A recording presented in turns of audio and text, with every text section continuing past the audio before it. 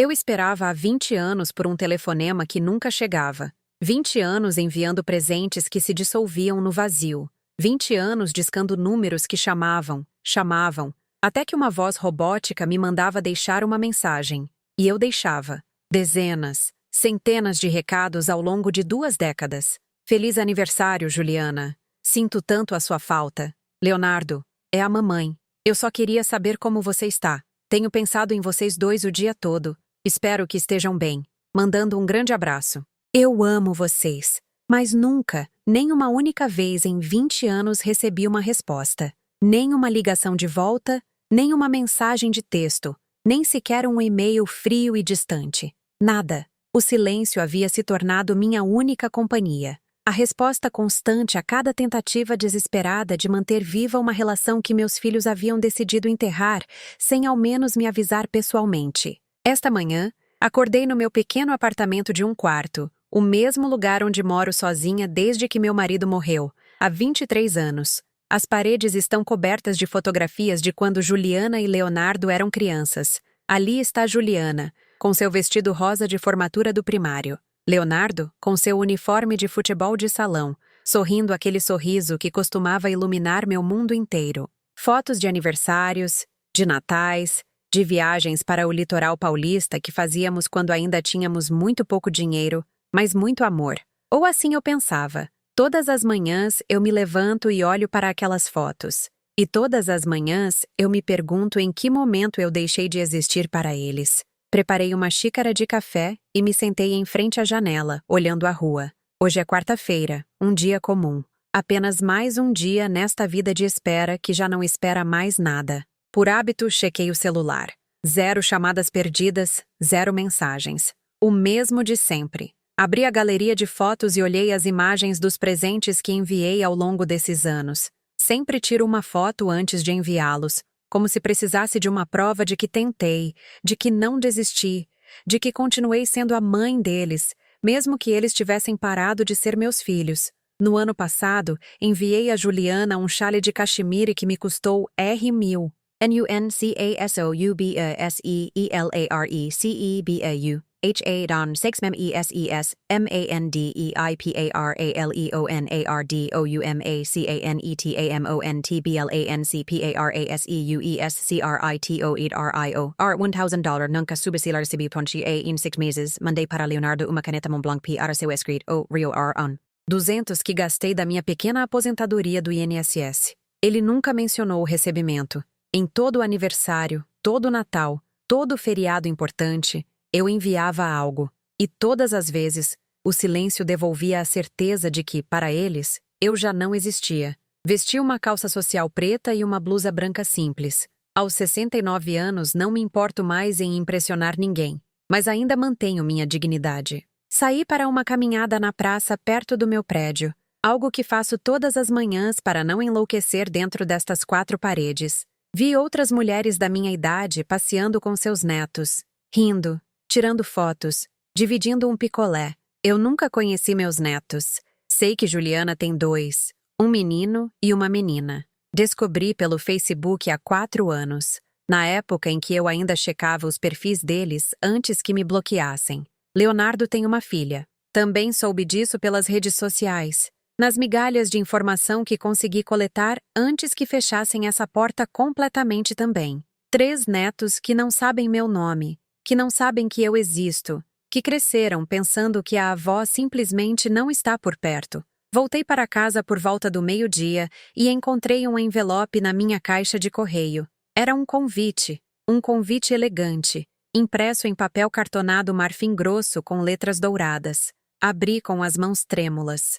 Era de Juliana, um convite formal para sua festa de 45 anos neste sábado em sua casa. Das 18h às 22h, traje social. Senti algo se mover no meu peito, algo que estava dormente por tanto tempo que eu quase tinha esquecido sua existência. Esperança. Depois de 20 anos de silêncio, minha filha estava me convidando para sua festa. Sentei-me no sofá e li o convite várias vezes, procurando alguma mensagem pessoal, alguma nota escrita à mão. Não havia nada, apenas o convite formal, impresso, impessoal, mas era alguma coisa. Era mais do que eu tinha tido em 2 décadas. Passei os 3 dias seguintes me preparando para aquela festa como se fosse o evento mais importante da minha vida. Fui a uma loja de departamento e comprei um vestido cor de vinho que me fazia parecer elegante, mas não extravagante. Eu não queria chamar muita atenção. Eu só queria estar apresentável, parecer uma mãe de quem eles pudessem sentir orgulho. Gastei €800 OVESTEDO QUASEUMQUARTODAMENHAPENSI OMENSAL MASEUNI OMEEMPORTEI TAMBE MCOMPREIUMPRESENTE UMFAQUEIAIUMPRATADELIAGRAVADOSIOMASINIDODELAR 800 vestido, quase quarto da minha pensa, o mensal, mas o me importei. E daí comprei um presente, um faqueiro de prata de lei gravado com Mazini, ciais de Juliana e do marido dela, R$ 2.500. Todo o dinheiro que eu tinha guardado por meses para emergências. Mas esta era uma emergência de um tipo diferente. Era a minha chance de existir novamente para meus filhos, de lembrá-los de que eu ainda estava aqui, que sempre estive, esperando. O sábado chegou, e eu me arrumei com cuidado. Apliquei uma maquiagem leve. Coloquei o colar de pérolas que minha mãe me deu há mais de 40 anos. Calcei os sapatos pretos de salto baixo que eu reservava para ocasiões especiais. Olhei no espelho e vi uma mulher mais velha, sim, com rugas ao redor dos olhos e cabelo grisalho. Já não me incomodo em tingir. Mas também vi uma mulher que ainda tinha dignidade, que ainda se mantinha ereta apesar de tudo. Peguei um táxi, pois já não dirijo mais. Minha vista não é mais tão boa quanto costumava ser. Durante a viagem, pratiquei mentalmente o que lhes diria. Olá, Juliana. Feliz aniversário, querida. Leonardo, que bom te ver. Senti tanta falta de vocês dois. Frases simples. Frases que uma mãe deveria ser capaz de dizer sem ensaiar. Mas eu precisava me preparar, pois já não sabia mais como falar com meus próprios filhos. O táxi me deixou em frente a um casarão enorme em um dos condomínios fechados de luxo mais exclusivos da cidade. Fiquei na calçada por um momento, olhando para a casa iluminada, ouvindo o murmúrio de vozes e música vindo de dentro. Juliana havia prosperado. Isso era evidente. Seu marido, Ricardo Albuquerque, era um empresário de sucesso, e ela havia se tornado uma socialite. Eu sabia disso porque, às vezes, quando a solidão se tornava insuportável, eu procurava o nome dela na internet e lia artigos sobre galas beneficentes que ela frequentava, sobre sua afiliação a clubes de elite, sobre sua vida perfeita que não me incluía. Respirei fundo e caminhei em direção à porta da frente. Antes que eu pudesse tocar a campainha, a porta se abriu e uma funcionária me recebeu. Pode entrar, por favor, ela me disse, apontando para os fundos da casa. A festa é no jardim de trás. Caminhei por um longo corredor decorado com arte moderna e móveis que provavelmente custavam mais do que tudo o que eu possuía. Cheguei ao jardim e parei de repente. Havia pelo menos 50 pessoas. Mesas elegantes com linho branco e arranjos florais frescos. Garçons uniformizados circulavam com bandejas de champanhe e canapés. Um bar completo com um barman profissional. Música jazz ao vivo. Era uma festa perfeita de revista, cara. Espetacular. E eu, com meu vestido de $800 e meu presente que havia me custado toda a minha poupança, me senti uma impostora que havia entrado no lugar errado. Procurei Juliana na multidão e a encontrei rindo com um grupo de mulheres, todas vestidas com roupas de grife, todas com aquele brilho de dinheiro e sucesso que eu nunca tive. Aproximei-me lentamente, sentindo como cada passo exigia mais coragem do que eu possuía. Juliana me viu e seu riso parou abruptamente. Por um segundo, apenas um segundo, vi algo em seus olhos que não consegui decifrar. Então, ela sorriu. Aquele sorriso social perfeito que devem ensinar nos clubes de elite. Mãe, você disse que viria, ela disse, beijando o ar perto da minha bochecha. As mulheres ao redor dela me olharam com curiosidade. Esta é minha mãe, Margarida. Juliana anunciou, com um tom que soava mais como uma desculpa do que uma apresentação. As mulheres assentiram educadamente, mas nenhuma fez esforço para iniciar uma conversa comigo. Juliana se desculpou, dizendo que tinha que cumprimentar outros convidados, e me deixou parada ali, sozinha, no meio de uma multidão de estranhos que claramente pertenciam a um mundo do qual eu jamais faria parte. Procurei um lugar para me sentar e encontrei uma mesa vazia em um canto do jardim, longe do centro da celebração.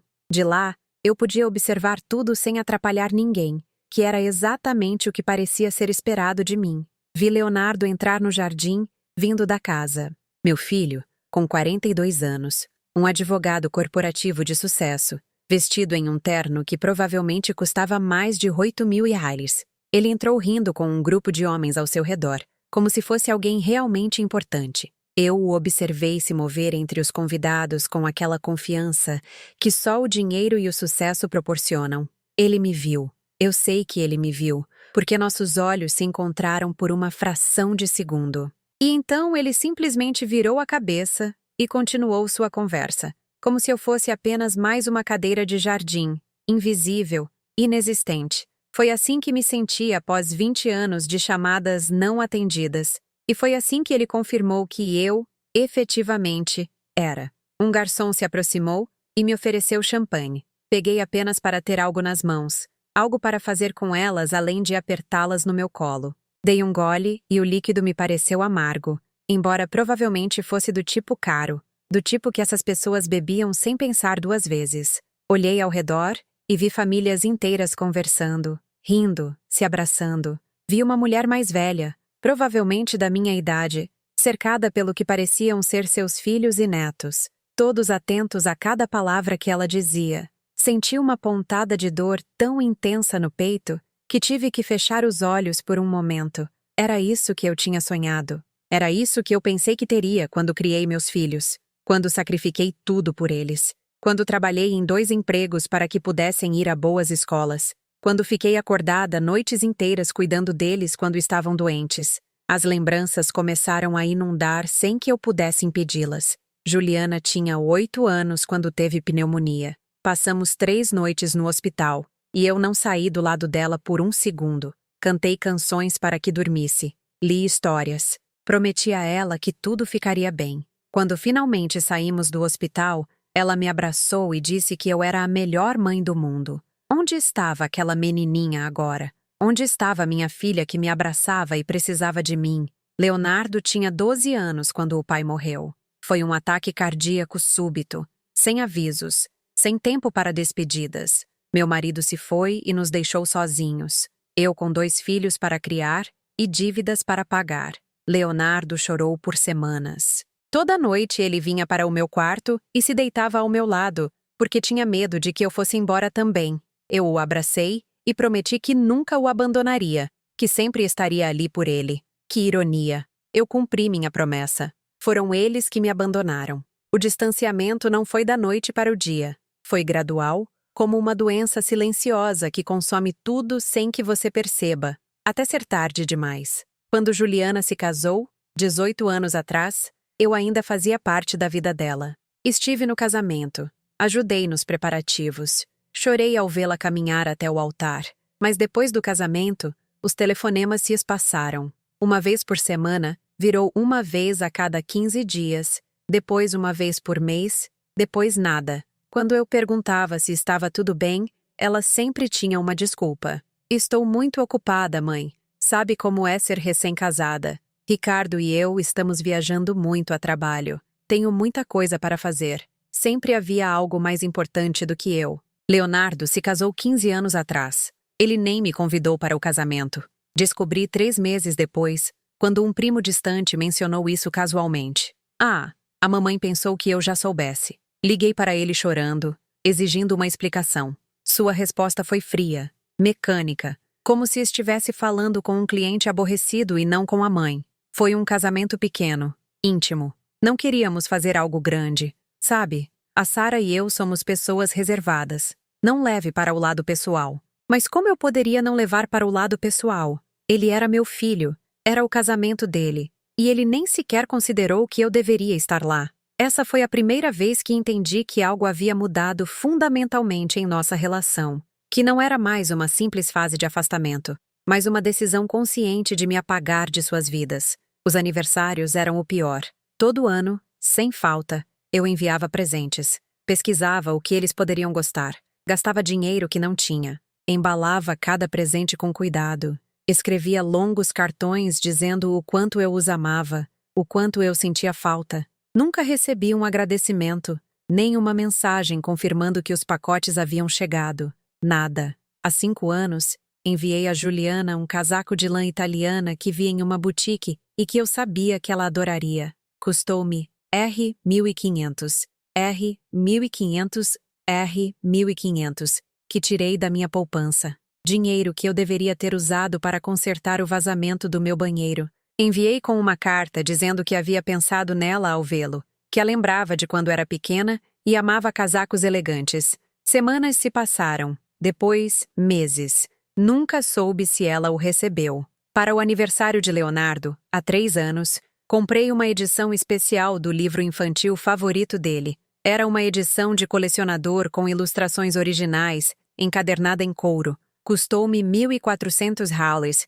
e tive que procurar em 3 livrarias diferentes. Lembrei de como ele amava aquele livro aos 10 anos. Como me pedia para ler para ele repetidamente antes de dormir. Pensei que talvez aquele presente o lembrasse de quem eu era, de quem eu havia sido para ele. Enviei com uma nota que dizia apenas: "Você se lembra de como gostava deste livro? Te amo muito, filho. Mamãe." Nunca soube se chegou às mãos dele ou se foi parar no lixo sem ser aberto.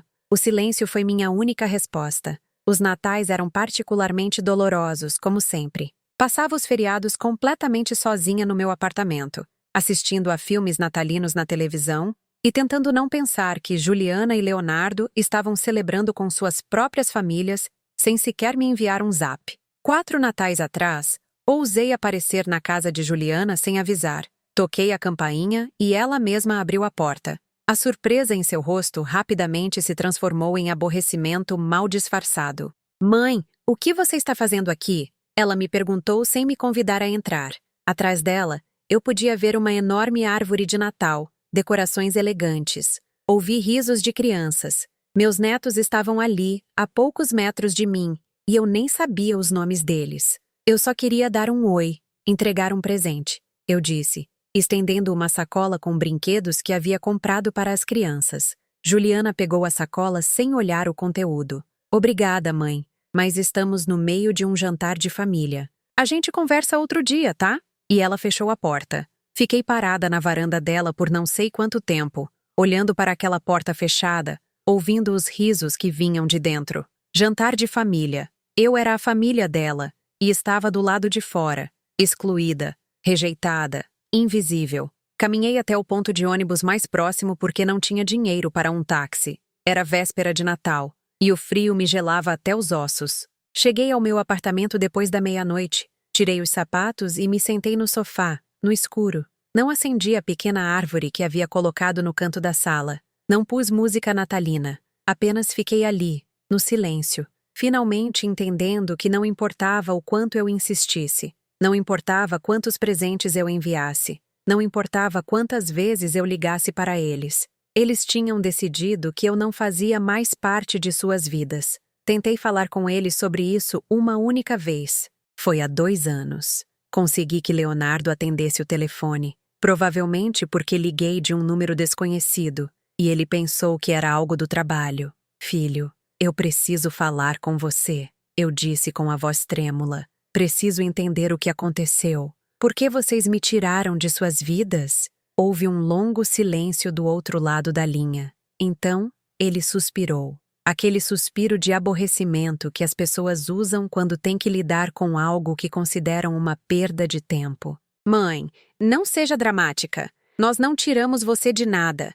Estamos simplesmente ocupados. Temos nossas próprias vidas, nossas próprias famílias. Não podemos ficar ligando para você o tempo todo." "Mas eu não peço o tempo todo", eu respondi, tentando manter a calma. "Eu só peço para ter notícias de vez em quando, para poder ver meus netos, para fazer parte de suas vidas, nem que seja um pouquinho." "Olha, mãe", ele me interrompeu com um tom de impaciência. "Não somos mais crianças. Não precisamos de você pairando sobre nós o tempo todo. Você fez seu trabalho nos criando e agradecemos. Mas agora, você precisa entender que temos nossos próprios caminhos. Não é pessoal. É só a vida. Não é pessoal. Essas palavras ecoaram na minha cabeça por dias. Como poderia não ser pessoal para seus próprios filhos apagarem você da vida deles? Como poderia não ser pessoal eles ignorarem você deliberadamente por anos? Como poderia não ser pessoal eles tratarem você como se fosse uma obrigação irritante, e não a mulher que os trouxe ao mundo e sacrificou tudo por eles? Essa conversa terminou com Leonardo me dizendo que precisava desligar porque estava entrando em uma reunião. Não conversamos mais depois disso. Passaram-se 2 anos, e essa foi nossa última troca de palavras, até hoje. Sentada àquela mesa de jardim, com minha taça de champanhe intacta e meu presente ainda na bolsa, entendi algo com clareza brutal. Eu não havia sido convidada para esta festa porque Juliana de repente se lembrou de que tinha uma mãe. Eu não havia sido convidada por amor ou por um desejo genuíno de me ver. Havia algo mais por trás deste convite, algo que eu não conseguia ver ainda, mas podia sentir no ar, na falsidade dos olhares, na atmosfera carregada de artificialidade. Observei meus 2 filhos se moverem entre os convidados, anfitriões perfeitos, sorrindo, bem-sucedidos, cercados por pessoas que os admiravam, e percebi que, para eles, eu era apenas um lembrete desconfortável de um passado que preferiam esquecer. A música continuava tocando, e as conversas fluíam ao meu redor como um rio do qual eu estava completamente excluída. Dei outro gole no champanhe e deixei as lembranças continuarem vindo, cada uma mais dolorosa que a anterior. Lembrei-me do dia em que Juliana se formou na faculdade. Foi há 22 anos, pouco antes de tudo começar a desmoronar.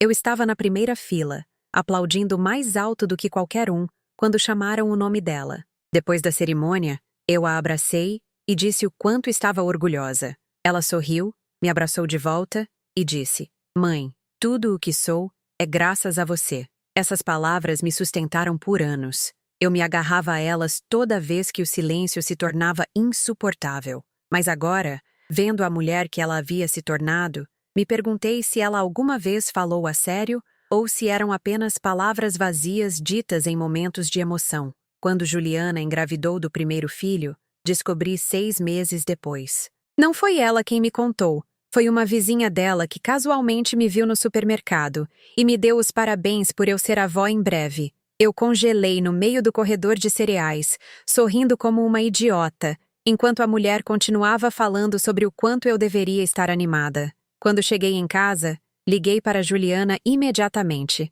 Ela atendeu após o 10º toque. A voz dela parecia cansada. "Filha, acabei de saber que você está grávida." Eu disse, tentando não parecer acusatória. "Por que você não me disse?" Houve um silêncio constrangedor. "Eu ia te contar, mãe." Ela finalmente respondeu.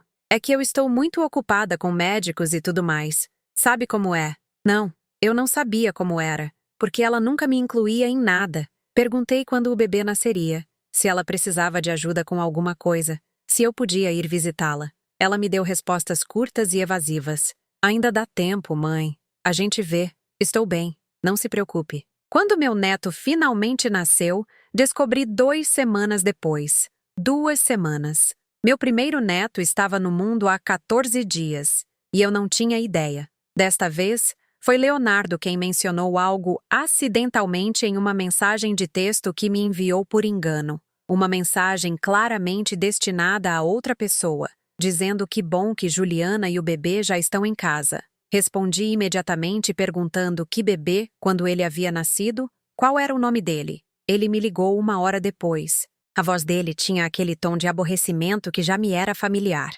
"Mãe, eu pensei que Juliana tinha te contado. O bebê nasceu há 2 semanas. O nome dele é Daniel. Está tudo bem." Eu implorei para ele me deixar ir conhecer meu neto. Ele me disse que falaria com Juliana e me avisaria. 3 meses se passaram antes que finalmente me permitissem visitá-los. 3 meses em que insisti, implorei. Liguei toda semana até que Juliana finalmente cedeu, apenas para me fazer parar de incomodá-los. Quando cheguei à casa dela naquele dia, com presentes que comprei com o pouco que eu tinha, ela me recebeu na porta com o bebê nos braços. Ela não me convidou a entrar. Ela simplesmente ficou ali, me deixando ver a criança do umbral. Ele é lindo, eu disse com lágrimas nos olhos. Posso pegá-lo no colo? Ele está dormindo, mãe. Melhor não acordar, ela respondeu. Eu só queria que você o conhecesse. Aqui estão os presentes, eu disse, estendendo as sacolas. Obrigada. Vou ver depois, ela disse, pegando-o sem olhar.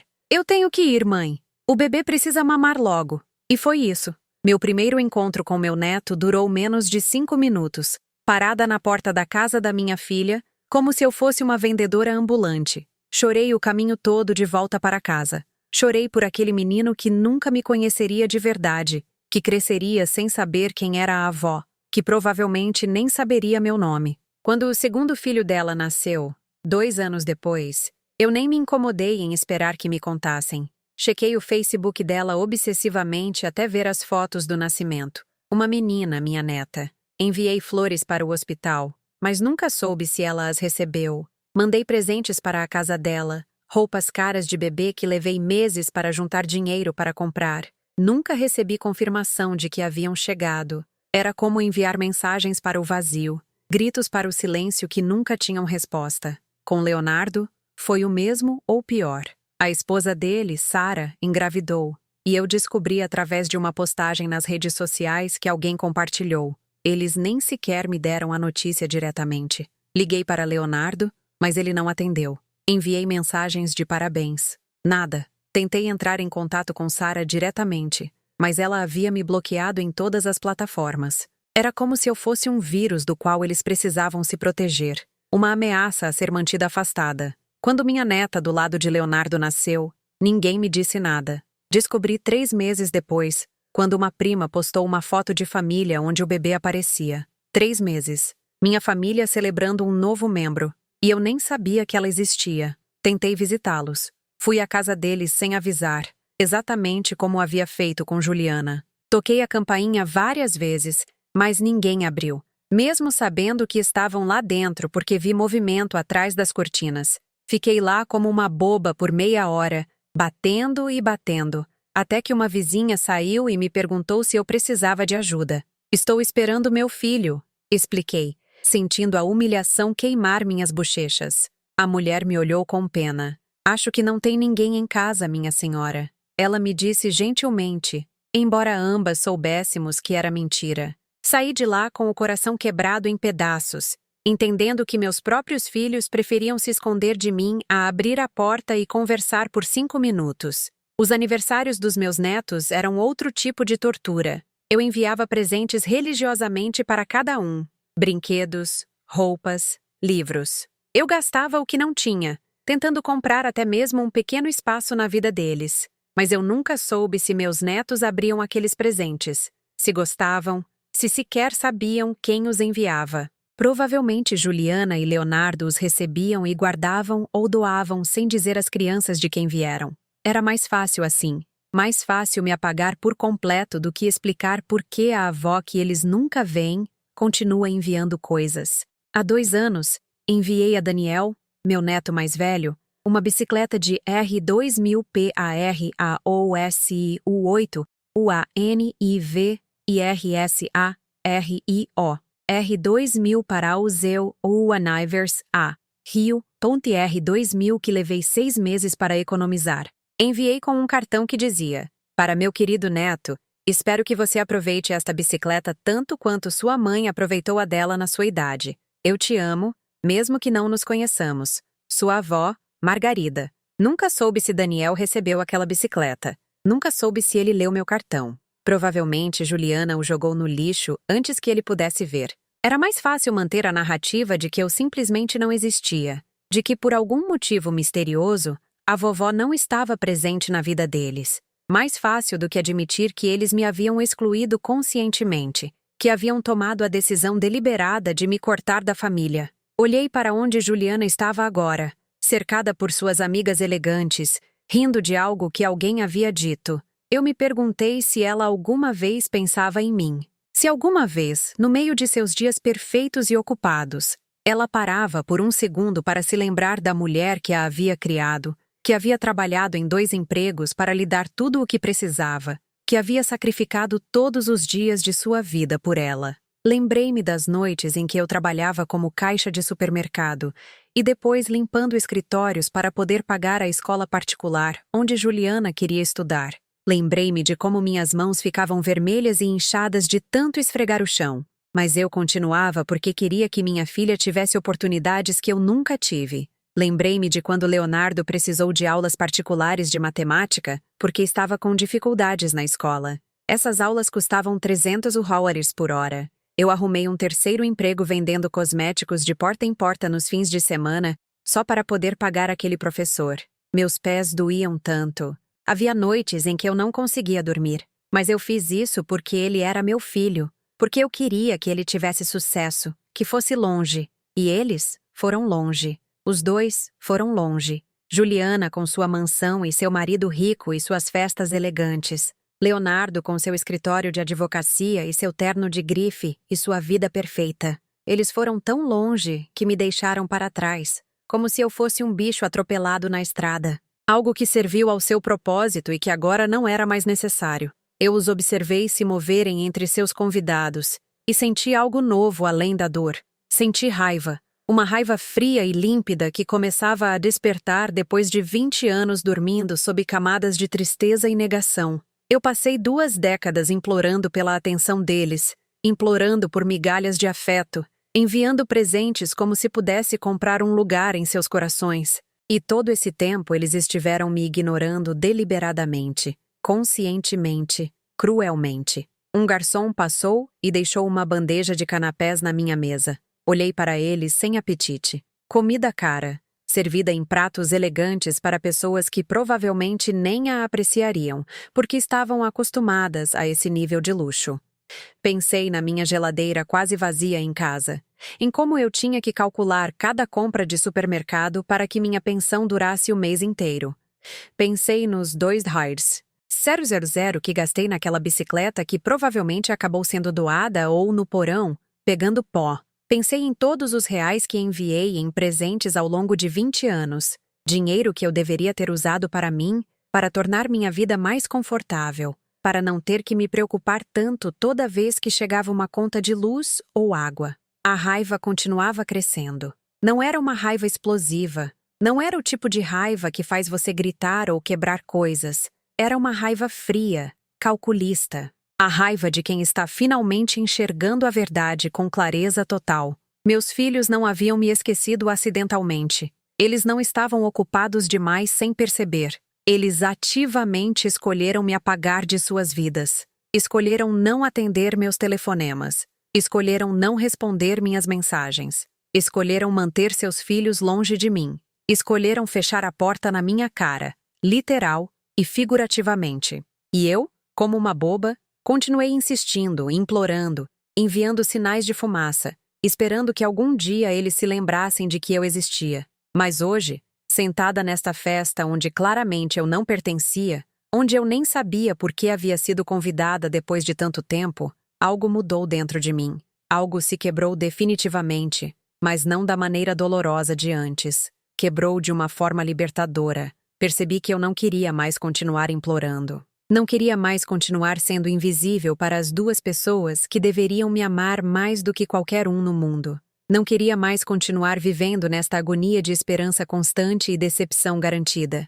Eu ainda estava perdida em meus pensamentos quando vi Ricardo, o marido de Juliana, caminhar em direção a um pequeno palco que haviam montado no centro do jardim. Ele era um homem alto, por volta dos 50 anos, com aquele ar de autoridade que o dinheiro e o poder conferem. Ele pegou uma taça de champanhe e bateu levemente no cristal com uma colher. O som ressoou pelo jardim e, pouco a pouco, as conversas foram morrendo. Todos os convidados se voltaram para ele com atenção. Fiquei onde estava, no meu canto distante, sentindo meu coração começar a bater mais rápido sem saber exatamente por quê. Boa noite a todos. Ricardo começou com aquela voz treinada para falar em público. Obrigado por se juntarem a nós neste dia tão especial para celebrar minha maravilhosa esposa. Os convidados aplaudiram, e Juliana subiu ao palco ao lado dele, radiante em seu vestido cor de champanhe, que provavelmente custava mais do que eu ganhava em 3 meses.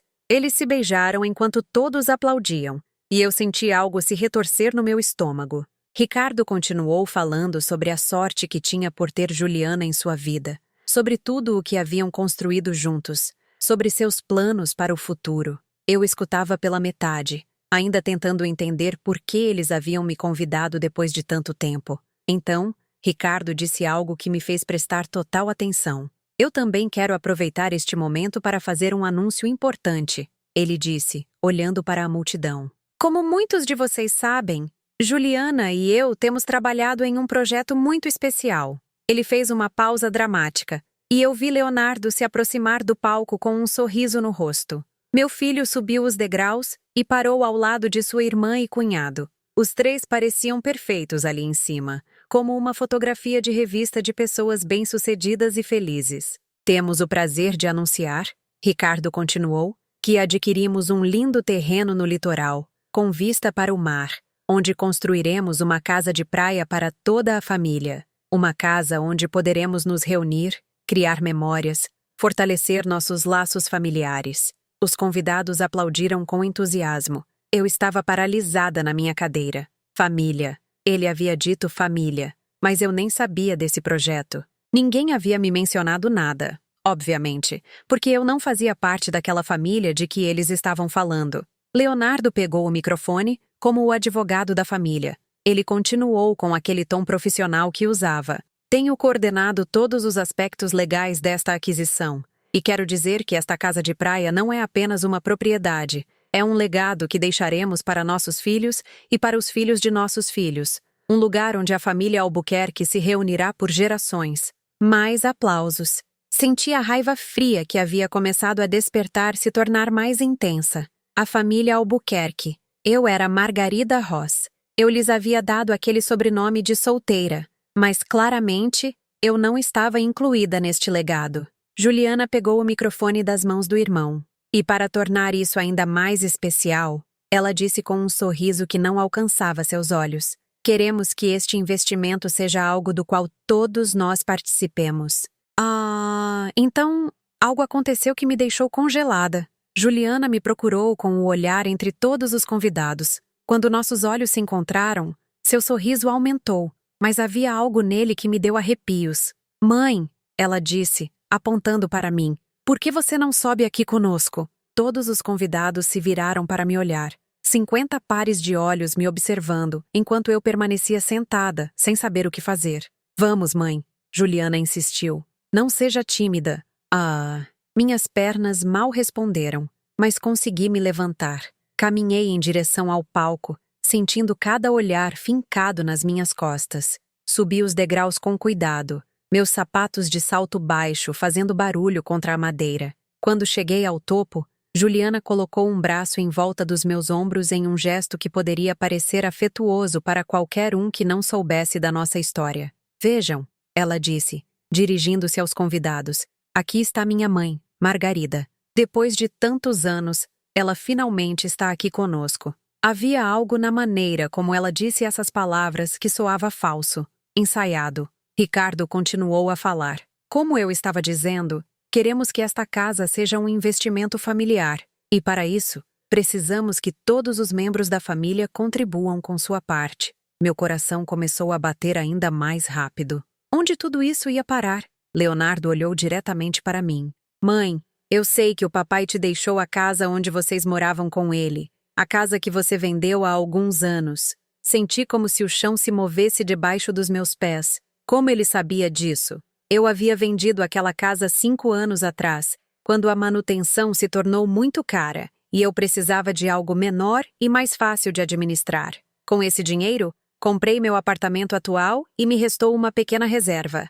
Estivemos pensando, continuou Juliana, apertando meu ombro mais forte do que o necessário, que seria maravilhoso se você pudesse contribuir com esse dinheiro que você tem guardado para este investimento familiar. Assim, você também teria uma parte da casa de praia. Você poderia nos visitar lá, passar tempo com seus netos. Tudo se conectou na minha mente como um quebra-cabeça macabro. Era por isso que haviam me convidado. Era por isso que, depois de 20 anos de silêncio absoluto, de repente eu recebi um convite elegante para esta festa.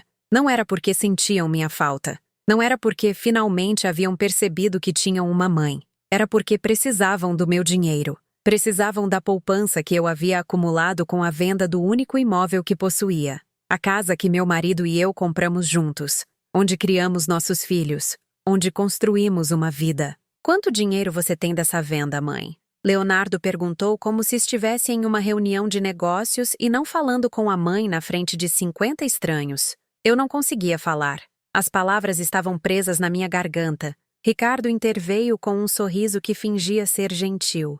Olha, Margarida, sei que isso pode te pegar de surpresa, mas pense bem. Seria uma forma de garantir seu lugar na família, um investimento no futuro dos seus netos. E claro, você poderia usar a casa sempre que quisesse. Seria sua casa também. Mentiras. Eram todas mentiras. Eu podia ver isso nos olhos deles, na maneira como evitavam me olhar diretamente.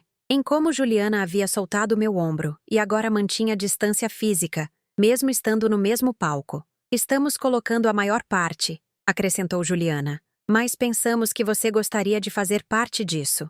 Afinal, é sua família. Sua família. Essas palavras soavam vazias na boca de alguém que não me ligava há 20 anos. De alguém que havia fechado a porta na minha cara quando fui conhecer meu neto. De alguém que havia bloqueado meus números, ignorado minhas mensagens, devolvido minhas cartas. Leonardo puxou uma pasta que havia preparado. Eu já tenho todos os documentos prontos. Ele disse com eficiência profissional. Só precisamos que você assine aqui e faça a transferência bancária. Estamos falando de 800 mil reais, certo, mãe? É mais ou menos o que você apurou da venda da casa depois de comprar seu apartamento. Eu ainda não conseguia falar. 800 mil reais. Era exatamente a quantia que me restava. Como eles sabiam? Como haviam investigado minhas finanças sem que eu soubesse? A resposta era óbvia. Leonardo era advogado. Tinha contatos. Havia maneiras de descobrir essas coisas. Eles haviam planejado tudo isso meticulosamente. O convite depois de 20 anos, a festa elegante, o anúncio público, tudo arquitetado para me pressionar, para me fazer sentir que eu finalmente teria um lugar na família se eu apenas entregasse meu dinheiro. Vamos, mãe, disse Juliana com impaciência mal disfarçada. Não é tão complicado. É um bom investimento. O valor do imóvel vai subir. E, além disso, você finalmente poderá conviver com seus netos em um ambiente familiar. Não é isso que você sempre quis? Sim, era o que eu sempre quis. Mas não assim. Não comprado com a economia de uma vida. Não como parte de um plano calculado onde eu era apenas um caixa eletrônico que eles finalmente decidiram acessar depois de me ignorarem por 2 décadas. Todos os convidados nos observavam com expectativa. Alguns sorriam, provavelmente pensando que estavam testemunhando um momento familiar emocionante. Outros pareciam desconfortáveis, como se pudessem sentir a tensão real por trás dessa farsa. Olhei para meus 2 filhos, Juliana com seu vestido caro e sua vida perfeita. Leonardo com seu terno de grife e sua atitude profissional. Eu os havia criado sozinha depois que o pai morreu. Eu os havia alimentado, vestido, educado. Eu havia trabalhado até minhas mãos sangrarem e meus pés não aguentarem. Eu havia sacrificado tudo, absolutamente tudo, para dar oportunidades a eles. E agora eles estavam ali na minha frente, pedindo a última coisa que me restava. Não pedindo, exigindo com essa pressão pública calculada. Olhei para a pasta que Leonardo segurava com os documentos já preparados. Que conveniente que ele já a tivesse. Que conveniente que ele soubesse exatamente quanto dinheiro eu tinha. Que conveniente que tivessem escolhido fazer isso na frente de todas essas testemunhas, apostando que eu seria educada demais, envergonhada demais, desesperada demais pela aprovação deles para dizer não. Por 20 anos, eu implorei pela atenção deles. Eu implorei por um telefonema, por uma visita, por qualquer sinal de que eles ainda se importavam. E em 20 anos, eles nunca me deram nada, nem seu tempo, nem seu amor, nem sequer uma mensagem de texto ocasional. Mas agora que precisavam de algo de mim, agora a família aparecia. Agora havia convites e sorrisos e palavras sobre criar memórias juntos. Então, mãe, perguntou Ricardo, quebrando o silêncio que se estendera por muito tempo. O que você me diz? Quer fazer parte deste projeto familiar? Todos os olhos estavam em mim. Juliana, Leonardo, Ricardo e os 50 convidados, esperando minha resposta. Naquele momento, algo dentro de mim que estava rachando há anos, finalmente se quebrou por completo. Mas não quebrou de forma dolorosa. Quebrou de uma forma libertadora, como correntes caindo, como uma porta se abrindo, como acordar de um longo pesadelo e perceber que você finalmente tem o controle. Olhei para todos eles, um por um. Vi a ganância mal disfarçada nos olhos de Ricardo. Vi a impaciência no rosto de Juliana. Vi o cálculo frio na expressão de Leonardo e algo dentro de mim disse: chega. Chega de implorar. Chega de suplicar. Chega de enviar presentes para o vazio. Chega de chamadas não atendidas. Chega de fingir que as coisas mudariam algum dia. Chega de se agarrar à esperança de que meus filhos se lembrassem de quem os havia criado. Chega de ser invisível. Chega de ser conveniente apenas quando eles precisavam de algo. Chega de tudo. Minha respiração se acalmou. Meu coração parou de bater tão rápido. Uma clareza fria e perfeita se instalou na minha mente. Eu sabia exatamente o que tinha que fazer. Eu não ia gritar. Eu não ia fazer uma cena. Eu não ia dar a eles essa satisfação. Eu ia desaparecer. Mas primeiro, eu tinha que sair daquele palco com a pouca dignidade que me restava. Respirei fundo e olhei Juliana diretamente nos olhos. Eu preciso pensar sobre isso, eu disse com uma voz que surpreendentemente saiu firme e clara. É muito dinheiro e uma decisão importante. Vi o rosto dela se enrijecer. Mãe, não há muito o que pensar. Ela respondeu com um sorriso forçado. É uma oportunidade única. O imóvel será vendido em breve e precisamos fechar o negócio esta semana. Esta semana? Claro. A pressão não era acidental. Leonardo interveio, tirando uma caneta do bolso. Olha, mãe, se você assinar os documentos agora, eu posso processar tudo amanhã de manhã. É um processo simples. Eu só preciso de acesso à sua conta para fazer a transferência. Acesso à minha conta. Eles queriam acesso à minha conta bancária. A única segurança que me restava depois de uma vida de trabalho e sacrifício. Não, eu disse simplesmente. A palavra saiu da minha boca antes que eu pudesse pensar demais. O silêncio que se seguiu foi pesado, desconfortável. Ricardo soltou uma risada nervosa. Como assim não, Margarida? Você não entende que isso é para o seu próprio bem também? Para o meu próprio bem, repeti, sentindo a raiva fria se tornar sólida por dentro. Para o meu próprio bem seria se vocês tivessem me ligado pelo menos uma vez em 20 anos. Para o meu próprio bem seria conhecer meus netos. Para o meu próprio bem seria ter sido convidada para a vida de vocês, e não apenas para esta festa quando precisam do meu dinheiro. Os rostos de Juliana e Leonardo endureceram. Alguns convidados começaram a murmurar entre si. Mãe, não faça isso aqui, Juliana disse entre dentes. Não faça uma cena. Uma cena. Eu não era quem havia organizado esta emboscada pública. Eu não era quem havia planejado me humilhar na frente de 50 estranhos. Eu não era quem havia investigado minhas finanças pelas minhas costas. Mantenham a voz baixa, por favor, Ricardo disse, olhando para os convidados com desconforto. Podemos conversar sobre isso em particular. Não há nada para conversar. Eu respondi. Não vou assinar nada. Não vou dar meu dinheiro. E agora, eu vou embora. Desci do palco sem esperar por uma resposta. Minhas pernas tremiam, mas continuavam se movendo, um pé na frente do outro. Ouvi Juliana me chamando, mas não me virei. Ouvi passos me seguindo, mas não parei. Cheguei à minha mesa, peguei minha bolsa com o presente que eu nunca entregaria e caminhei em direção à saída do jardim. Leonardo me alcançou antes que eu chegasse à casa. Ele agarrou meu braço com firmeza. Você não pode ir embora assim, mãe, ele disse com uma voz baixa e ameaçadora. Me solta, eu respondi, tentando libertar meu braço. Você precisa entender uma coisa. Ele continuou sem me soltar. Aquela casa de praia é um investimento inteligente. Se você não participar, não espere ter acesso a ela nunca. Não espere vir nos visitar lá. Não espere fazer parte das nossas férias em família. Eu não espero nada de vocês, eu disse, olhando diretamente para ele. Não espero nada há 20 anos. E sabe de uma coisa? Eu finalmente entendi. Vocês não me esqueceram. Vocês escolheram me esquecer. E eu escolhi ficar implorando como uma boba. Mas isso acabou. Algo no meu tom deve tê-lo surpreendido, porque ele finalmente soltou meu braço. Mãe, ele começou a dizer, mas eu o interrompi. Não me chame de mãe. Mães recebem telefonemas dos filhos. Mães conhecem seus netos. Mães fazem parte da vida de suas famílias. Eu não sou sua mãe. Sou apenas alguém com dinheiro que de repente lhes interessa. Virei-me e continuei andando. Desta vez, ninguém me parou.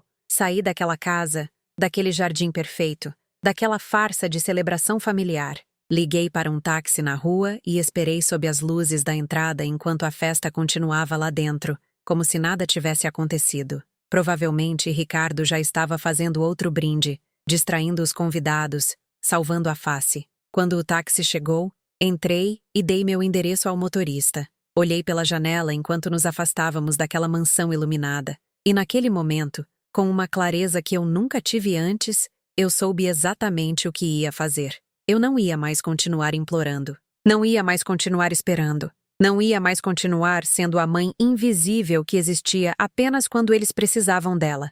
Eu ia desaparecer de verdade, completamente. E quando eu fizesse isso, seria de tal forma que eles nunca, jamais pudessem me encontrar ou acessar o que era meu. O táxi seguiu pelas ruas escuras, e eu senti que cada quilômetro que me afastava daquela casa era 1 quilômetro em direção à minha liberdade, em direção à minha nova vida, em direção à mulher que eu deveria ter sido 20 anos atrás, quando o silêncio começou.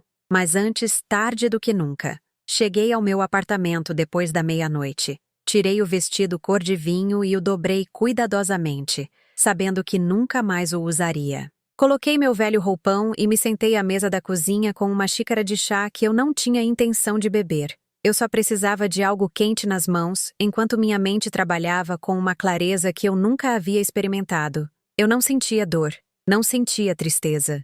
Sentia uma determinação pura e fria. Peguei um caderno e comecei a escrever uma lista. Não era uma lista emocional, era prática, metódica, definitiva. Primeiro, mudar legalmente meu nome. Segundo, vender o apartamento. Terceiro, fechar todas as minhas contas bancárias e abrir novas em outro banco. Quarto, cancelar meu número de telefone. Quinto, apagar todas as minhas redes sociais. Sexto, contatar um advogado para revisar meu testamento.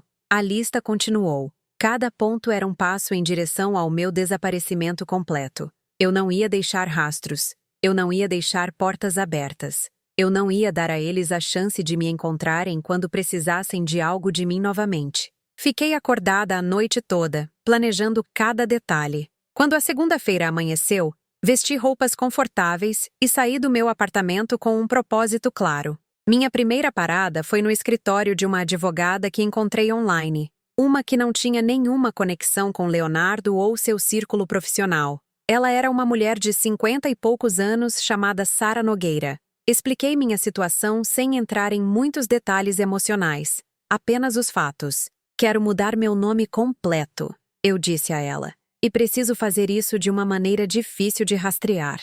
Sara me olhou com olhos que já tinham visto muitas histórias. Ela não me julgou. Ela não me perguntou se eu tinha certeza. Ela simplesmente assentiu e começou a explicar o processo. Levará aproximadamente 3 meses, ela me disse. Precisamos entrar com uma petição no tribunal, publicar a mudança no diário oficial, esperar o prazo legal caso haja objeções. 3 meses. Eu podia esperar 3 meses. Eu havia esperado 20 anos por um amor que nunca veio.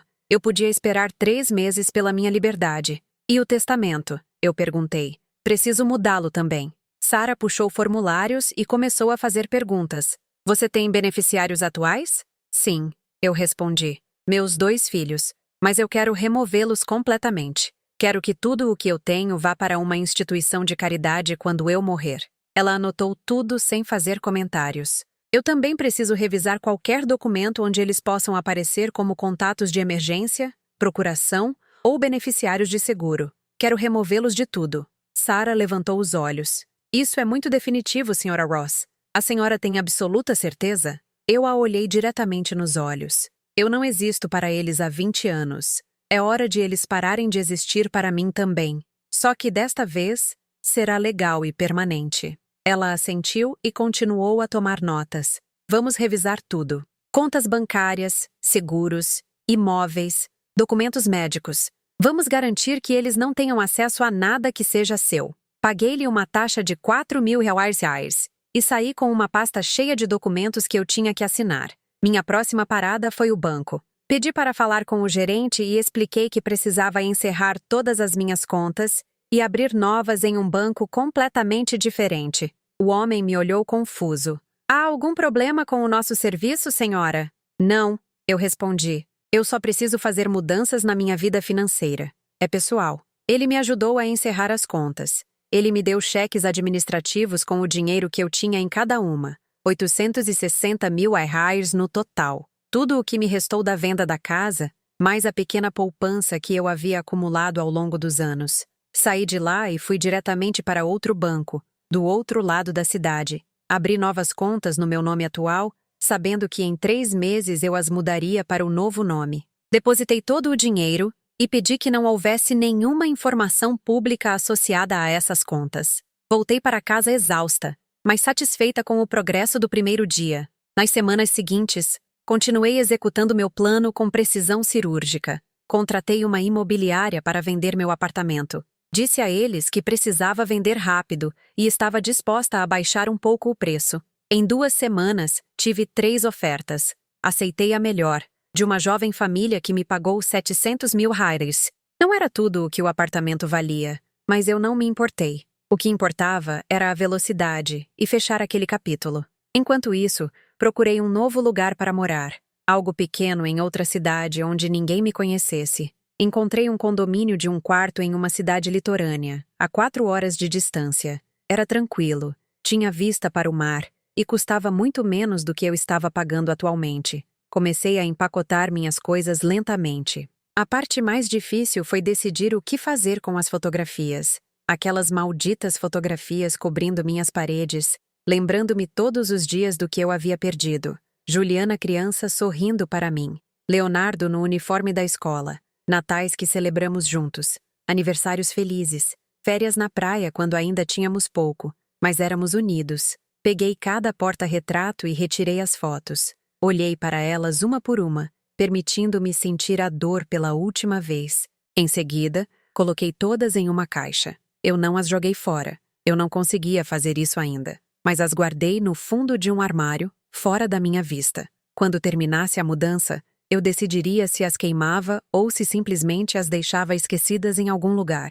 Cancelei meu número de telefone. Aquele número que eu tinha há 15 anos. O número que Juliana e Leonardo tinham salvo, mas nunca discaram. Cancelei e comprei um novo, com um plano pré-pago que não exigia contrato ou informações pessoais detalhadas. Apaguei minha conta do Facebook, a única rede social que eu tinha. Apaguei anos de postagens que ninguém havia comentado, fotos que ninguém havia curtido, mensagens que enviei e que nunca foram respondidas. Foi libertador ver aquela conta desaparecer com um simples clique. Mudei meu e-mail, o antigo, onde recebia notificações dos aniversários dos meus filhos que eu nunca celebrava com eles. Encerrei. Abri um novo com um nome genérico que ninguém poderia associar a mim.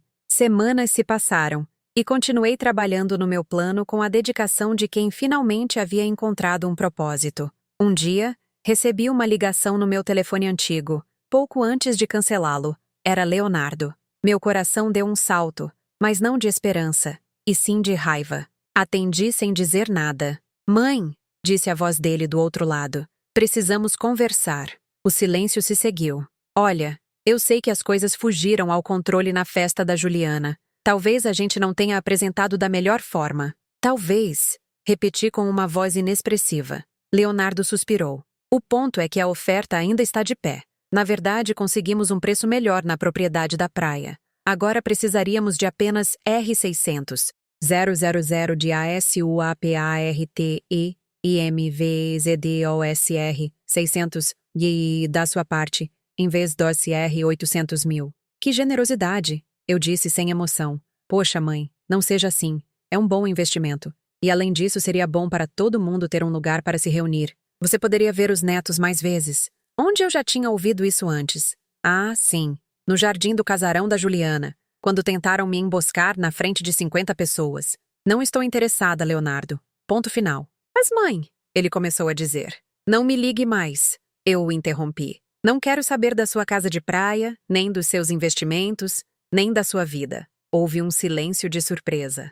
Você está sendo muito dramática, mãe. Você acha que eu sou dramática? Perguntei, sentindo a raiva fria esquentar um pouco. 20 anos sem um telefonema de vocês. E eu sou a dramática? 20 anos implorando pela atenção de vocês e eu sou a dramática? Ai, mãe, você começou com isso de novo. Ele disse com aquele tom de aborrecimento que eu conhecia tão bem. Sempre exagerando tudo. A gente não ligou porque está ocupado. Temos vida, responsabilidades. Não podemos ficar bancando a babá emocional para você o tempo todo. Eu não pedi para você bancar a babá emocional para mim o tempo todo. Eu respondi. Eu pedi para você me ligar pelo menos uma vez por ano. Eu pedi para conhecer meus netos. Eu pedi para fazer parte da vida de vocês de alguma forma. E vocês decidiram conscientemente que eu não importava. E agora que precisam de dinheiro, de repente eu importo. Não é assim, e você sabe disso. Ele disse. Olha, se você não quer investir na casa, tudo bem. Mas não venha depois querendo visitar ou passar um tempo lá com a família. A família, repeti. Que família, Leonardo? Família se importa um com o outro. Família atende o telefone. Família não desaparece por 2 décadas e aparece pedindo dinheiro. Você está sendo ridícula, ele disse elevando a voz. Sabe de uma coisa, mãe?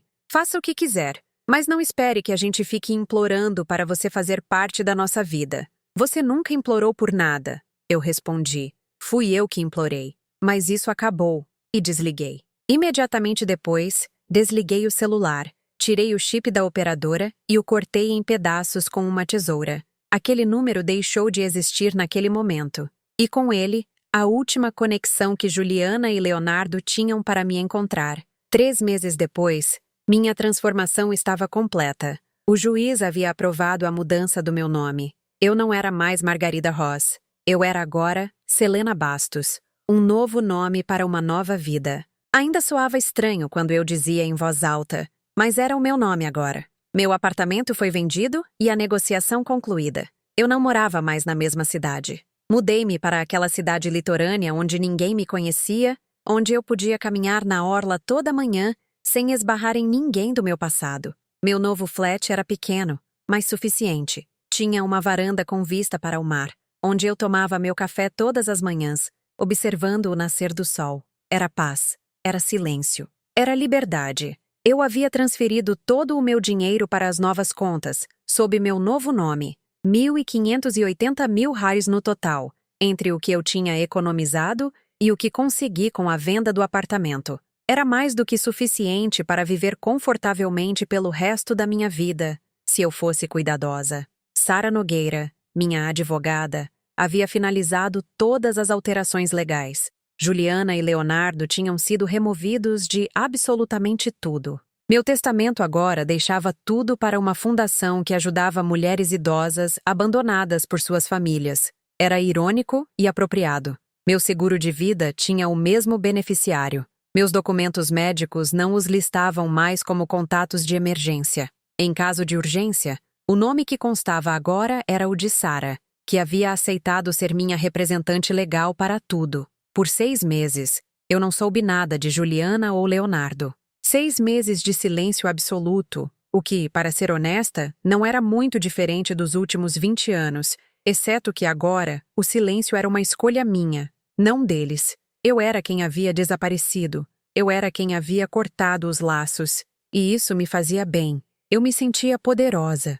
Fiz amizade com algumas pessoas no meu novo bairro. Dona Beth, uma senhora de 72 anos que morava no apartamento de baixo, vinha tomar café comigo 2 vezes por semana. Ela me contava sobre os filhos que moravam em outra cidade, mas ligavam para ela todos os domingos, sem falta. Eu sorria e acenava com a cabeça, sem lhe contar minha história. Para ela, eu era simplesmente Selena, uma viúva que havia decidido se aposentar perto do mar. Uma tarde de outubro, 6 meses após a festa de Juliana, meu novo telefone tocou. Era um número que eu não reconhecia, mas tinha o código de área da minha cidade anterior. Hesitei antes de atender. Alô, eu disse cautelosamente. Senhora Margarida Ross? Perguntou uma voz masculina que eu não reconheci. Não uso mais esse nome, eu respondi. Quem está falando? Sou o advogado Daniel Rezende. Represento seu filho, Leonardo Ross. Preciso localizá-la com urgência. Meu coração acelerou. mas mantive a voz firme. Como você conseguiu este número? Estivemos tentando encontrá-la por meses, senhora. Seu número anterior foi cancelado. Seu apartamento foi vendido. A senhora não aparece em nenhum registro público. Seu filho está muito preocupado. Meu filho não se preocupa comigo há 20 anos. Eu respondi. O que ele quer? O advogado pigarreou, desconfortavelmente. É sobre um assunto familiar importante. Precisamos que a senhora retorne para assinar alguns documentos. Não vou assinar nada, eu disse. E não vou retornar. Mas como a senhora soube deste número? O advogado hesitou. Sua ex-advogada, a doutora Nogueira, nos deu este contato. Senti uma pontada de traição, mas entendi que Sara tinha obrigações legais. Se havia uma ordem judicial ou algo semelhante, ela provavelmente teve que fornecer informações. Que tipo de documentos? Perguntei finalmente. Isso preciso discutir pessoalmente com a senhora. É de natureza delicada. Não, eu disse firmemente. O que você tem para me dizer, pode dizer agora por telefone, ou não diga nada. Houve um longo silêncio. Muito bem, ele finalmente disse. É sobre seu falecido marido. O que tem ele? Perguntei confusa. Meu marido morreu há 23 anos. Sim, senhora. Mas recentemente foi descoberta uma conta bancária que ninguém sabia. Uma conta com fundos consideráveis. Como viúva, a senhora tem direito a esses fundos. Mas precisamos da sua assinatura para processar o inventário. Quanto dinheiro? Perguntei diretamente. O advogado hesitou novamente. Aproximadamente 600 mil Reilers, com juros acumulados. 600 mil. Exatamente o valor que eles queriam que eu investisse na casa de praia. Que conveniente que de repente essa conta perdida apareceu. Escute, Sr. Rezende, eu disse com uma voz calma. Serei muito clara. Não tenho interesse nesse dinheiro. Se faz parte do patrimônio do meu marido e meus filhos também são herdeiros dele, eles podem ficar com tudo. Eu não estou interessada. Mas, senhora, ele começou a protestar. E mais uma coisa, eu o interrompi. Não me procurem novamente. Não me liguem novamente. Não enviem advogados ou investigadores novamente. Eu escolhi desaparecer da vida deles, assim como vocês me fizeram desaparecer da vida de vocês por 20 anos. A diferença é que o meu é permanente. Senhora Ross, por favor. Eu não sou mais Margarida Ross, eu disse. Esse nome não existe mais legalmente, e a pessoa que eu era também não existe mais. Adeus, Sr. Rezende. E desliguei. Bloqueei o número imediatamente. Meu coração batia rápido, mas não de medo ou tristeza.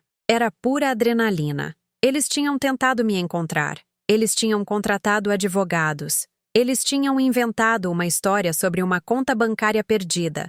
Tudo para me localizar. Tudo porque finalmente haviam percebido que não podiam mais ter acesso a mim, nem ao meu dinheiro. Servi um copo de água e saí para a varanda. O sol estava se pondo sobre o oceano, pintando o céu de laranjas e rosas. Respirei o ar salgado e me permiti sentir a vitória. Eles passaram 6 meses me procurando. 6 meses tentando me rastrear.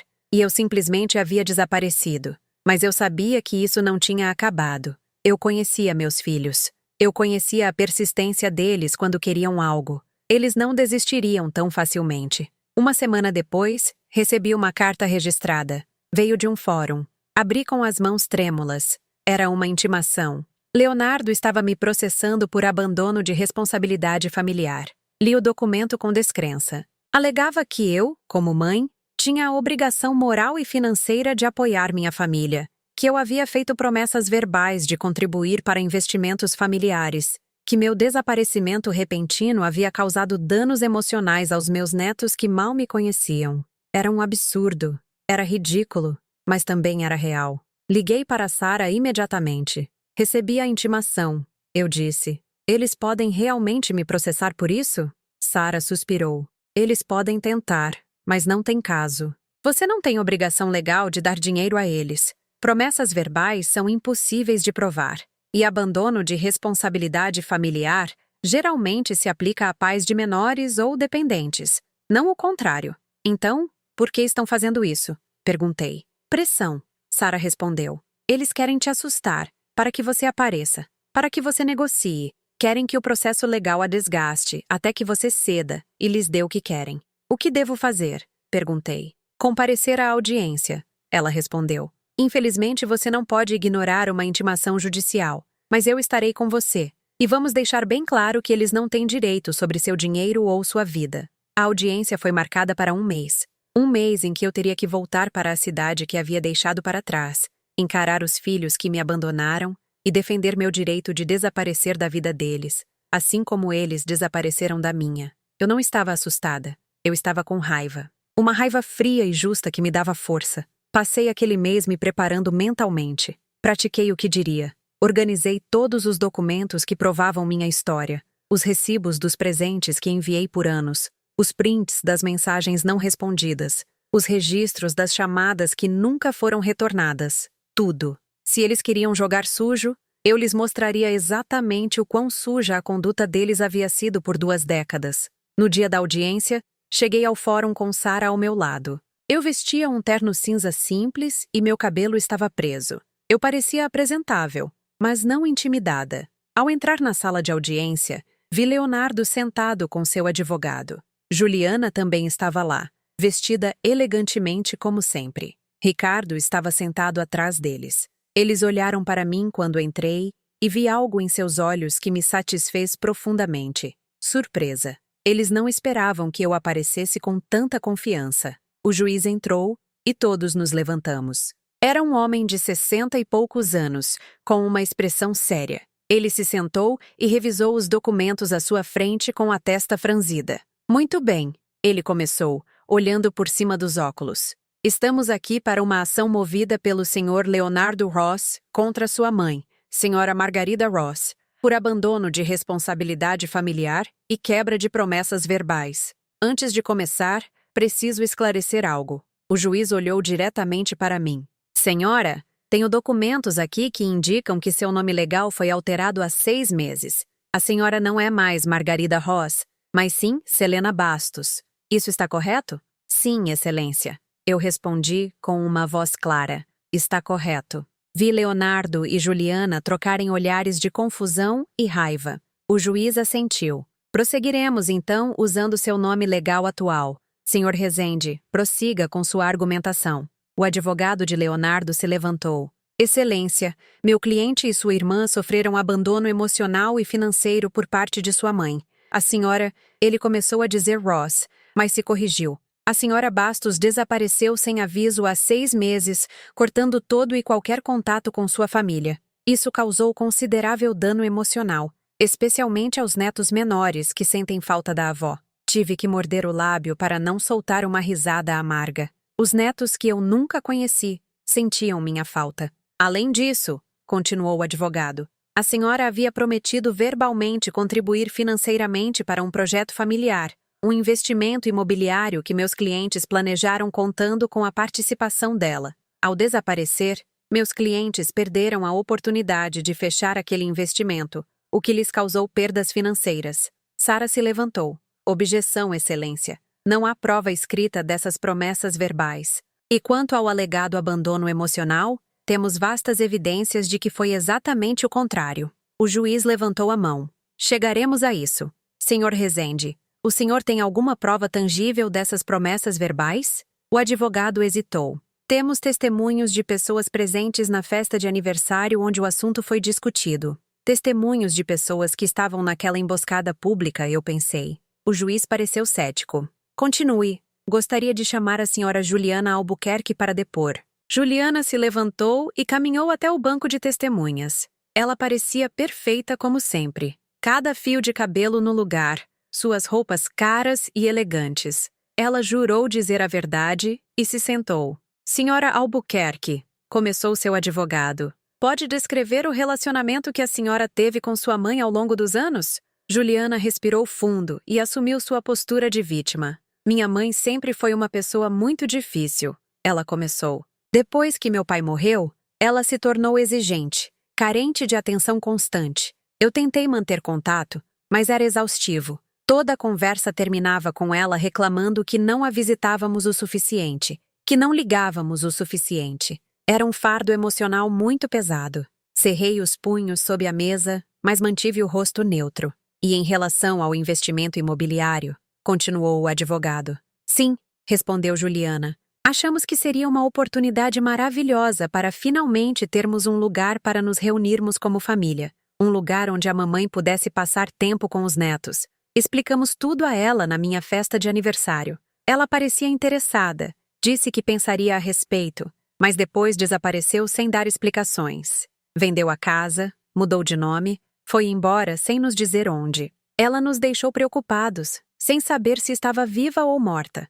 Seus olhos se encheram de lágrimas perfeitamente cronometradas. Meus netos perguntam pela avó o tempo todo. Eu não sei o que dizer a eles. Sarah se levantou para o exame contraditório. Senhora Albuquerque, qual foi a última vez que a senhora ligou para sua mãe antes da festa de aniversário? Juliana piscou. Não me lembro exatamente. Sarah puxou um documento. Tenho aqui os registros telefônicos da senhora Bastos nos últimos 5 anos. Não há uma única chamada recebida do seu número ou do seu irmão. Nenhuma em 5 anos. Juliana se ajeitou desconfortavelmente no assento. Bem, eu estava muito ocupada. Tão ocupada que não conseguiu fazer um telefonema em 5 anos? Perguntou Sarah. E quanto aos 20 anos anteriores, temos depoimentos de vizinhos, conhecidos, parentes distantes confirmando que a senhora e seu irmão cortaram o contato com a mãe por mais de 2 décadas. Isso não é verdade, protestou Juliana. Nós enviávamos mensagens, tínhamos comunicação. Sarah puxou mais papéis. Aqui tenho prints de todas as mensagens que sua mãe enviou a você por anos. Centenas de mensagens. Desejos de feliz aniversário, mensagens de Natal, fotos, perguntas sobre como você estava. E a senhora sabe quantas dessas mensagens foram respondidas, senhora Albuquerque? Nenhuma. Nenhuma. Juliana empalideceu. Bem, às vezes eu não via as mensagens. E os presentes? Insistiu Sarah, implacável. Sua mãe tem recibos de dezenas de presentes enviados para o seu endereço. Presentes caros comprados com o dinheiro da aposentadoria dela. Um chale de cachemire de R1000.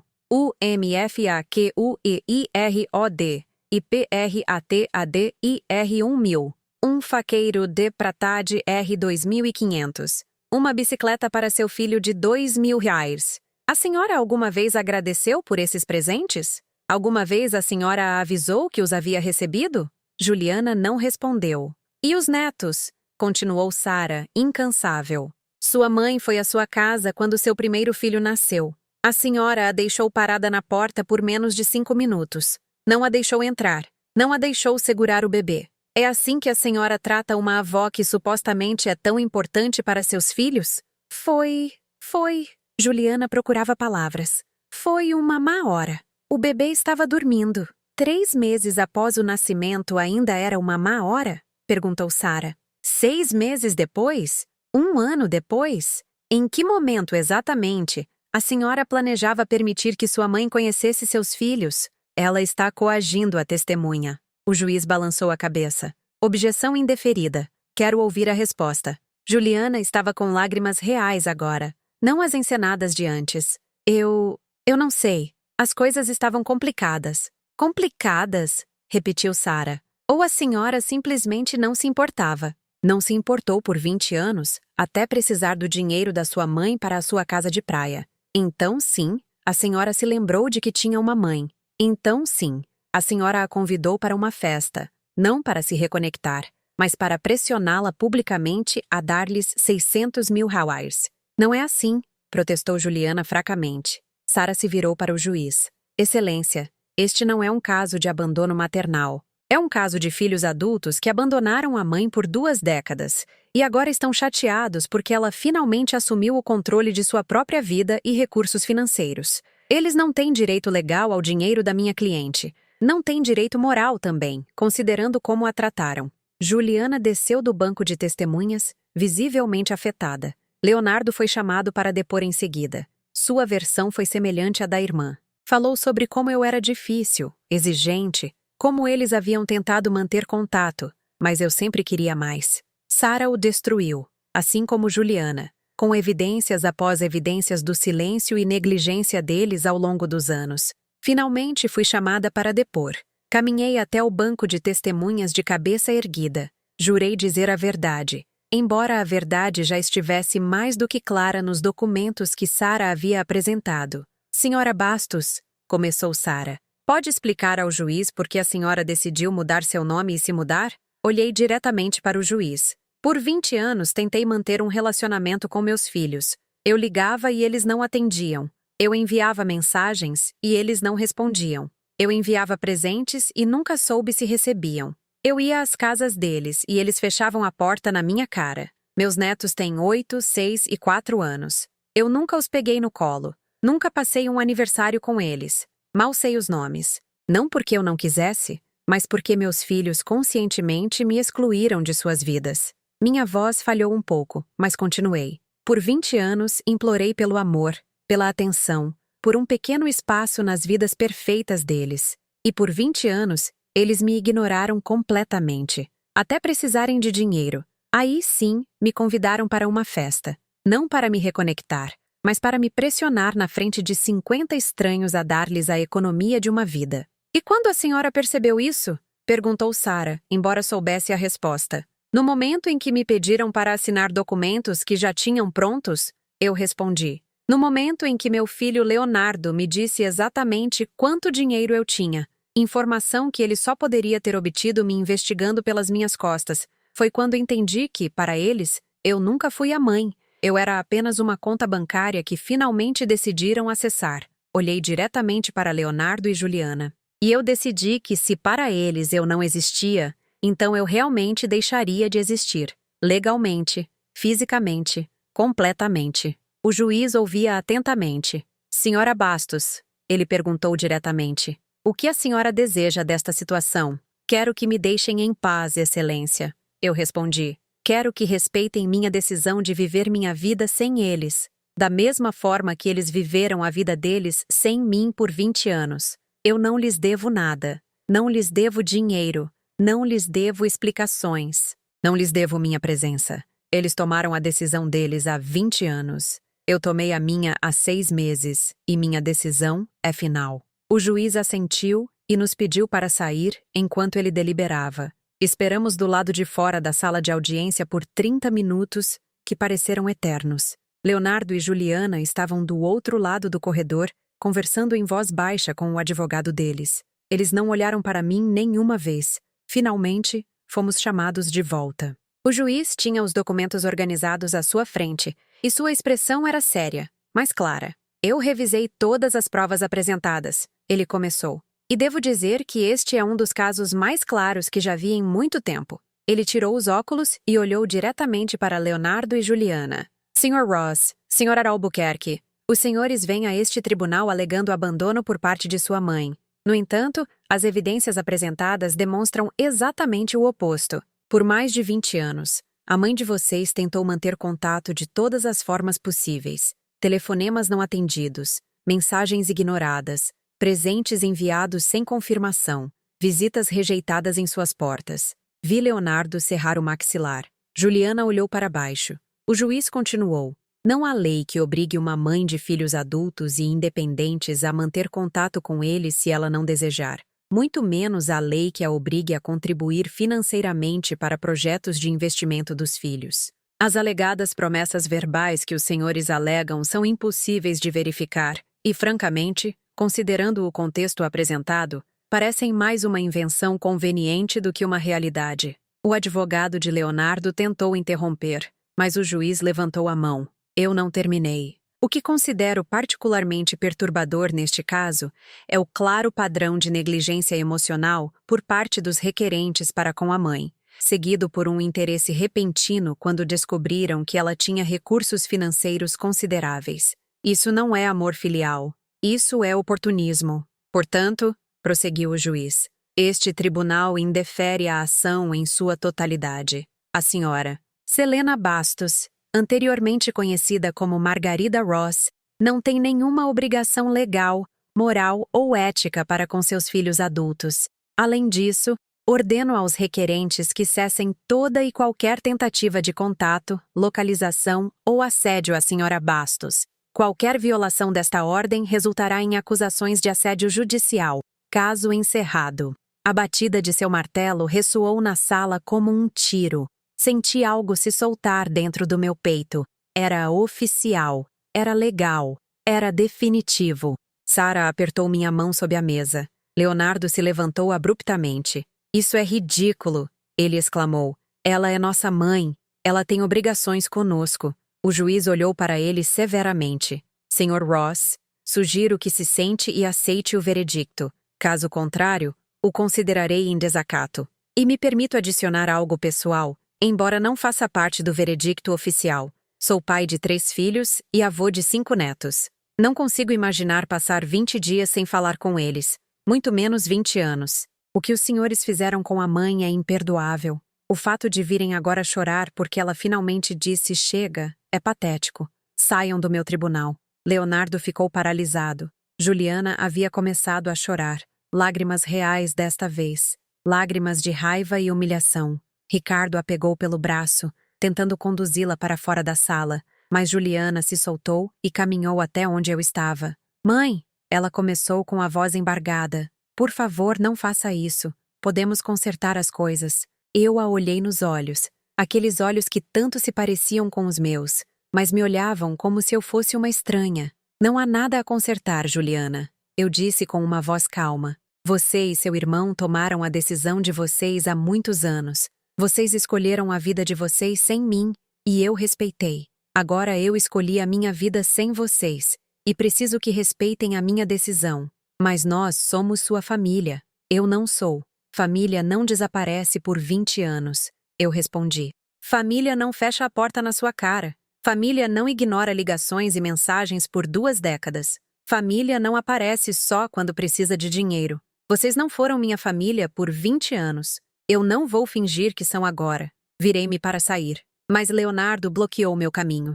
Você vai se arrepender disso, ele disse com uma voz baixa e ameaçadora. Quando você for velha e doente e precisar de ajuda, nós não estaremos lá. Olhei diretamente para ele e pela primeira vez em anos, sorri. Um sorriso triste, mas genuíno. Leonardo, você nunca esteve lá. Nem quando eu era mais jovem e precisava de você. Nem quando eu estava sozinha e implorava pela sua companhia. Por que eu pensaria que você estaria no futuro? Eu já fiz os arranjos para a minha velhice. Eu tenho um excelente plano de saúde. Tenho economias suficientes para contratar cuidados se precisar. E o mais importante, eu tenho minha dignidade intacta, algo que você perdeu há muito tempo. Passei por ele e continuei andando. Sara me seguiu. Saímos do fórum para a luz do dia. O sol estava brilhando forte e eu senti seu calor no meu rosto como uma bênção. Você está bem? Sara me perguntou. Estou perfeita, eu respondi. E era verdade. Pela primeira vez em 20 anos, eu estava perfeita.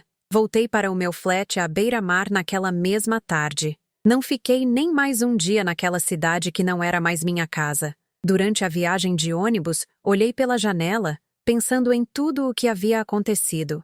Na mulher que eu era há 6 meses, implorando por migalhas de afeto. Na mulher que eu era agora, livre e em paz. Cheguei quando o sol estava se pondo. Subi para o meu flat, larguei minhas coisas e fui direto para a varanda. O oceano se estendia à minha frente, infinito e lindo. Servi uma taça de vinho, algo que raramente fazia, e brindei sozinha. Aos fins, eu disse em voz alta, e aos novos começos. Os dias seguintes foram tranquilos. Retomei minha rotina de caminhar na orla todas as manhãs. Dona Beth veio tomar café, e eu lhe contei pela primeira vez parte da minha história. Ela ouviu sem julgar, e quando terminei, apenas pegou minha mão e disse: Você fez a coisa certa, querida. Às vezes temos que abrir mão até do nosso próprio sangue para podermos viver. Semanas se passaram. Depois meses. Não ouvi mais nada de Juliana ou Leonardo. Presumi que finalmente haviam entendido que minha decisão era irreversível. Uma tarde, 4 meses após o julgamento, recebi um pacote. Não tinha endereço de remetente, mas o carimbo era da minha cidade antiga. Abri com curiosidade e cautela. Dentro havia uma caixinha e uma carta. Reconheci a caligrafia imediatamente. Era de Juliana. Minhas mãos tremeram ao abrir a carta. Mãe? Começava. Eu sei que você provavelmente não vai ler isso, mas eu preciso tentar. Passei esses meses pensando muito, fazendo terapia, conversando com meu marido, refletindo sobre tudo. E você está certa sobre tudo. Eu fui uma filha horrível. Eu te abandonei quando você mais precisou. Eu te ignorei por anos. E quando finalmente te procurei, Foi pelos motivos errados. Eu não espero que você me perdoe. Não espero que você queira me ver nunca mais. Eu só quero que você saiba que sinto muito. Eu sinto muito de verdade. Sinto muito por cada ligação que não atendi. Sinto muito por cada aniversário que esqueci. Sinto muito por cada porta que fechei na sua cara. Sinto muito por privar meus filhos de conhecerem a avó. Sinto muito por ter sido tão egoísta, tão cega, tão cruel. A carta continuava por mais 2 páginas. Ela falava sobre como havia começado a fazer terapia, o que a ajudou a entender que havia repetido padrões do próprio medo de abandono, fechando-se emocionalmente. Ela falou sobre como Leonardo ainda estava em negação, mas ela não podia continuar assim. Ela falou sobre os filhos, como havia começado a contar a eles sobre mim, sobre a avó que eles não conheciam por causa dela. A caixa contém algo que encontrei no sótão, dizia a carta. Algo que você guardou para mim quando eu era criança. Achei que você deveria ter de volta. Não peço nada em troca. Só que você saiba que eu sei quem falhou aqui. E não foi você. Com amor e arrependimento, Juliana. Abri a caixa com lágrimas nos olhos. Dentro havia um colar velho, do tipo que se compra em lojinhas de lembranças. Mas eu o reconheci imediatamente. Foi o primeiro presente que Juliana me deu, quando tinha 7 anos. Ela o havia comprado com suas próprias economias, 15 reais que ela juntou por meses. Ela me deu no Dia das Mães com um cartão feito à mão que dizia: para a melhor mamãe do mundo.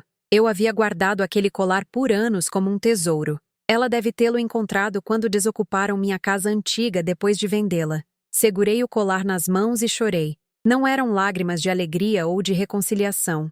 Eram lágrimas de luto pelo que poderia ter sido e nunca foi. Pelo relacionamento que deveríamos ter tido e foi perdido. Pelos anos que nunca recuperaríamos. Guardei a carta e o colar em uma caixa no fundo do meu armário. Não respondi. Não liguei. Não procurei Juliana. Porque, embora eu apreciasse seu pedido de desculpas, embora eu reconhecesse sua aparente sinceridade, eu também sabia que algumas coisas se quebram de maneiras que não podem ser consertadas. E eu estava em paz com isso. Passei 20 anos tentando forçar um relacionamento que meus filhos não queriam. Eu não ia passar o resto da minha vida fazendo o mesmo. Nem mesmo se agora fosse um deles a procurar a reconexão. Minha vida agora era minha. Meu tempo era meu. Minha paz era minha. E eu não estava disposta a arriscar nada disso. Nem mesmo pela possibilidade de recuperar uma filha que eu havia perdido há muito tempo. 6 meses após receber aquela carta, em uma manhã particularmente linda, eu estava tomando café na minha varanda quando Dona Beth subiu com um bolo. É seu aniversário, ela anunciou com um sorriso. 70 anos merecem ser celebrados. Eu havia me esquecido completamente do meu aniversário. Eu nem sequer acompanhava mais essas coisas. Mas Dona Beth havia se lembrado, porque eu havia mencionado isso meses atrás em uma conversa casual. Cortamos o bolo e o comemos olhando o nascer do sol. Ela me contou histórias de seus 72 anos, de seus arrependimentos e suas alegrias, e eu compartilhei minhas próprias reflexões. Cheguei a esta idade me sentindo finalmente livre, eu lhe disse. Livre de expectativas que nunca foram cumpridas. Livre de uma família que me via como um fardo. Livre de implorar por amor que não era recíproco. E sabe de uma coisa, Beth? É glorioso. Ela levantou a xícara de café em um brinde. A liberdade, ela disse. A dignidade. As mulheres que finalmente disseram chega. Nós brindamos. E o sol terminou de nascer sobre o oceano. Naquele momento, eu entendi algo fundamental. Eu não havia perdido meus filhos. Meus filhos haviam me perdido. E era a perda deles, não a minha. Porque eu passei 70 anos aprendendo a amar incondicionalmente, a dar sem esperar nada em troca, a ser forte, mesmo quando tudo desmoronava. Eu havia criado 2 filhos sozinha. Eu havia trabalhado até a exaustão. Eu havia sacrificado tudo por eles. E quando finalmente decidi parar de me sacrificar, quando finalmente escolhi minha própria paz, em detrimento do conforto deles, eu me tornei a vilã da história deles. Mas eu não me importava em ser a vilã, se isso significasse finalmente ser livre. Hoje, 3 anos depois daquela festa de aniversário que mudou tudo, continuo morando no meu flat à beira-mar. Tenho 72 anos. Meu cabelo é completamente branco, e não me incomodo mais em tingir. Tenho rugas profundas que contam a história de uma vida plena, com suas dores e suas vitórias. Caminho na orla todas as manhãs, sem falta. Fiz amigos aqui, mulheres da minha idade que entendem o que é se reinventar na última fase da vida. Fazemos aulas de yoga juntas, organizamos jantares, celebramos nossos aniversários. Somos a família que escolhemos, não a que nos foi dada. Às vezes penso em Juliana e Leonardo. Eu me pergunto como estão. Se continuam com suas vidas perfeitas, se compraram a casa de praia com o dinheiro de outra pessoa. Mas esses pensamentos são cada vez menos frequentes e menos dolorosos. Eu não os odeio. Talvez eu devesse, mas não odeio. Eu simplesmente os libero. Eu os deixo ir, como se deixa ir tudo o que nos machuca. E nesse deixar ir, encontrei algo que nunca esperei encontrar. Eu me encontrei. Selena Bastos. Uma mulher de 72 anos que mora sozinha, mas não está sozinha. Que tem pouco dinheiro, mas o suficiente. Que não tem família, mas tem comunidade. Que perdeu os filhos, mas ganhou sua liberdade. Minha história não tem um final feliz no sentido tradicional. Não há reconciliação. Não há abraço final. Não há perdão mútuo e recomeço. Mas tem algo melhor. Tem paz. Tem dignidade. Tem uma mulher que finalmente entendeu que seu valor não depende do reconhecimento dos outros. E isso, eu descobri, é mais do que suficiente. Termino meu café enquanto o sol nasce completamente no horizonte. Mais um dia. Mais uma oportunidade de viver sob meus próprios termos. Eu sorrio e entro para me preparar para minha caminhada matinal. A vida continua. Minha vida continua. E pela primeira vez em décadas, isso me enche de alegria, em vez de tristeza.